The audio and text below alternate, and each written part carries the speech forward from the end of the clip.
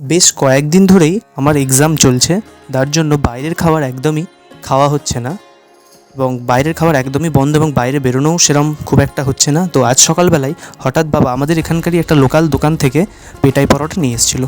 পেটাই পরোটার দাম হচ্ছে এখানে আমাদের এখানে 16 টাকা শ, 100 গ্রাম 16 টাকা।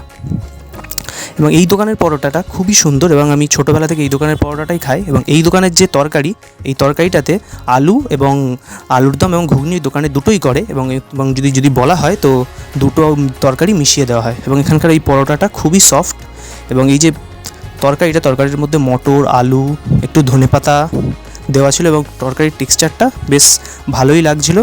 তো পরোটাতে এখানে খেতে খুবই ভালো লাগে। তো আমি ছোটোবেলা থেকেই খাই, তো একটু আলু দিয়ে খেলাম।